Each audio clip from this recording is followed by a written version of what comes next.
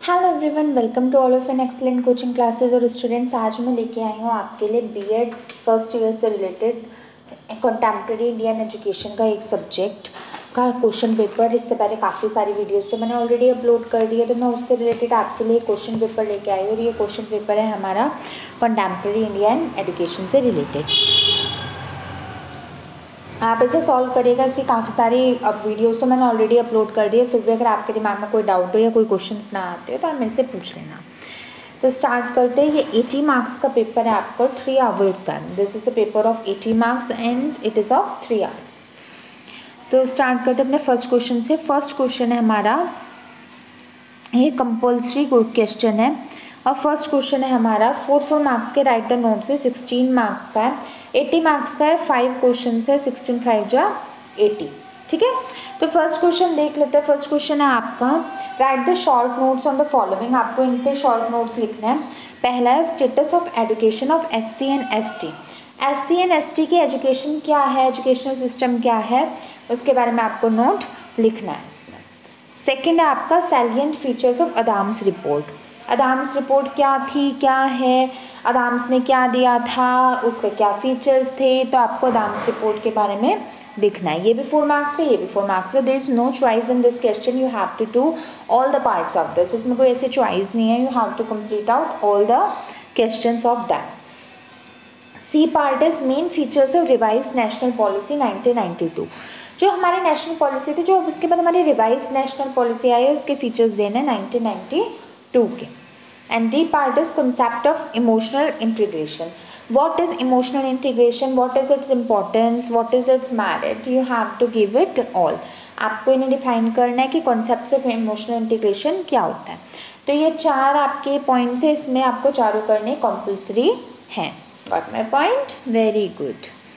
ये हिंदी में है। निम्नलिखित पर संक्षिप्त टिप्पणियाँ लिखिए। SC तथा ST के शिक्षा के स्तर, एडाम की रिपोर्ट की प्रमुख विशेषताएं, संशोधित राष्ट्रीय नीति 1992 की प्रमुख विशेषताएं या भावनात्मक एकीकरण की अवधारणा।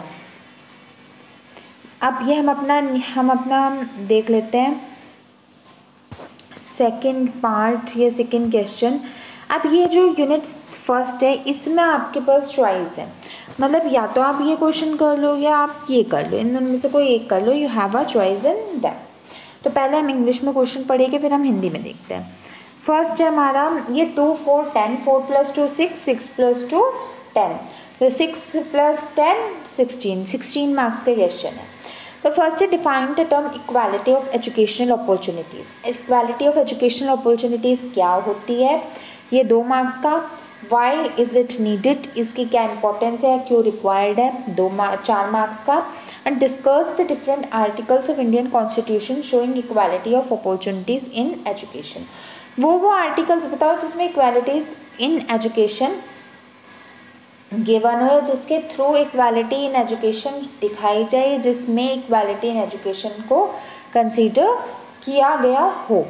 तो ये आपका 16 मार्क्स का क्वेश्चन है। इसकी हिंदी पढ़ लेते हैं, हिंदी में भी वही 16 का ही है। शैक्षिक अवसरवादिताओं की समानता को परिभाषित कीजिए। Sorry, my Hindi is very bad, तो don't mind, my Hindi is really literally very bad. इसकी आवश्यकता क्यों होती है, शिक्षा में अवसरों की समानता दर्शाते हुए भारतीय संविधान के विभिन्न अनुच्छेदों का वर्णन कीजिए। Got this point.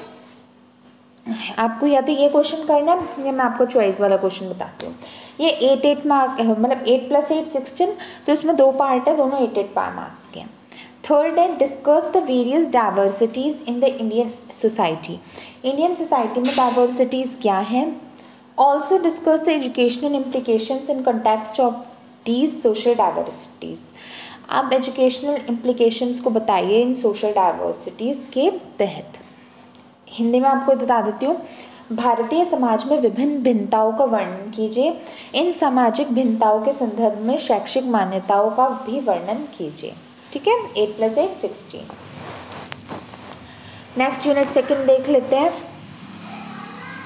इसमें इन दोनों में से कोई एक करना है। First, explain the features and recommendations of Macaulay's minute. इसकी वीडियो जस्ट अभी मैंने अपलोड की थी 2-3 दिन पहले। मेरी प्लेलिस्ट है कंटेम्प्रेरी इंडियन एजुकेशन की, आप वहाँ पे जाके देख लेना। आप वो सब कुछ इसकी प्लेलिस्ट में मिल जाएगा डिटेल। 16 मार्क्स का मैं हमेशा कहती हूँ, मेरी एक वीडियो 16 मार्क्स का एक क्वेश्चन होता है। मैंने 16 मार्क्स का लॉर्ड मैकॉले क्यों आया था, क्या फीचर्स है, क्या इंप्लीकेशन थे, क्या क्रिटिसिज्म थे, क्या इंपॉर्टेंस थी, कंक्लूजन वगैरह सब अच्छे से दे रखा है बच्चों। If you have not seen my that video yet then please go in my channel, playlist is there, open the playlist and see that question so that your 16 marks will be sure in your examination. Okay students, very good. Hindi में पढ़ लेते हैं। Macaulay के घोषणा पत्र की विशेषताएं और सिफारिशों की व्याख्या कीजिए।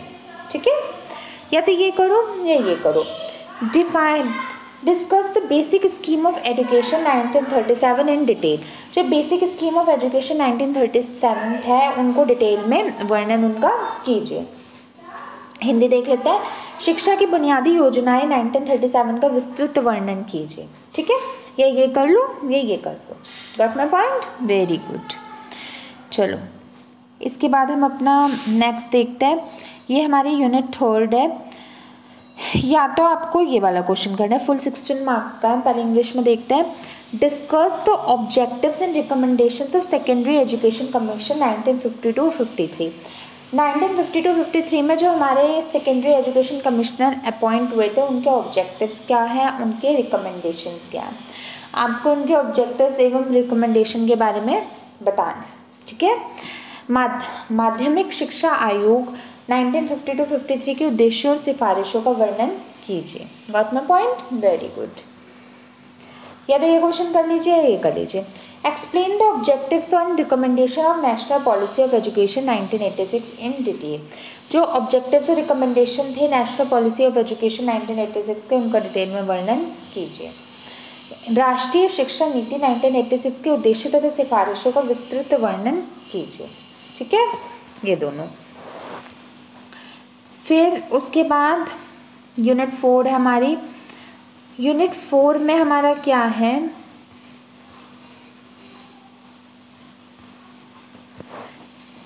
Just a second. यूनिट 4 में आपका फर्स्ट क्वेश्चन है, discuss the meaning, need and implications of vocational of secondary education. Vocational secondary education के मीनिंग, नीड और इम्प्लीकेशंस के बारे में डिस्क्राइब कीजिए। 16 मार्क्स का है। या तो ये करिए या ये करिए। माध्यमिक शिक्षा के व्यवसायीकरण का अर्थ, आवश्यकता और निहितार्थों का वर्णन कीजिए। सो टफ हिंदी कितनी टफ होती है, इंग्लिश कितनी आसान होती है। ये कीजिए, ये 9th कीजिए। और 9th हमारा write a short note on the following, role of education in developing international understanding. Education की क्या भूमिका है इंटरनेशनल अंडरस्टैंडिंग को डेवलप करने में, 8 मार्क्स का है। या merits and demerits of modernisation. Modernisation के मेरिट्स लिखो और उनके डीमेरिट्स लिखो। ठीक है, हिंदी में भी अपना देख लेते क्वेश्चन। निम्नलिखित पर संक्षिप्त टिप्पणियाँ कीजिए। विकासशील अंतर्राष्ट्रीय सूझबूझ में शिक्षा की भूमिका।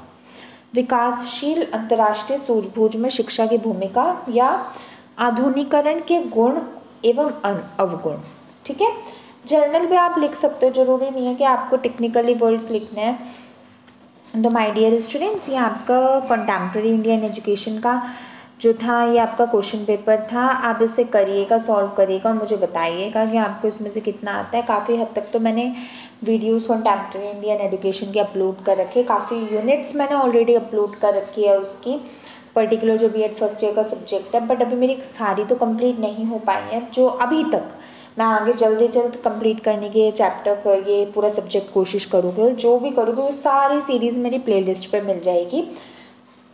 टिल देन आपको जितना आता है आप इसे करिएगा। और अगर आपको कोई चीज़ नहीं आती है, चाहे इस पेपर से रिलेटेड या किसी भी चीज़ से रिलेटेड, बीएड से रिलेटेड, चाहे फर्स्ट ईयर या सेकेंड ईयर, कोई फाइल्स, कोई असाइनमेंट्स में डाउट हो आपको, या आपको कोई डाउट हो कि क्वेश्चंस को कैसे लिखा जाए, क्या प्रेजेंटेशन होनी चाहिए, या कोई आपको टर्म ना आ रही हो, या कोई आपको कॉन्सेप्ट ना आ रहा हो, तो चिंता की बिल्कुल बात नहीं है students. What you have to do, just give a note or give a comment in my comment section. I will definitely read the comments of yours and try to sort out your problem very soon.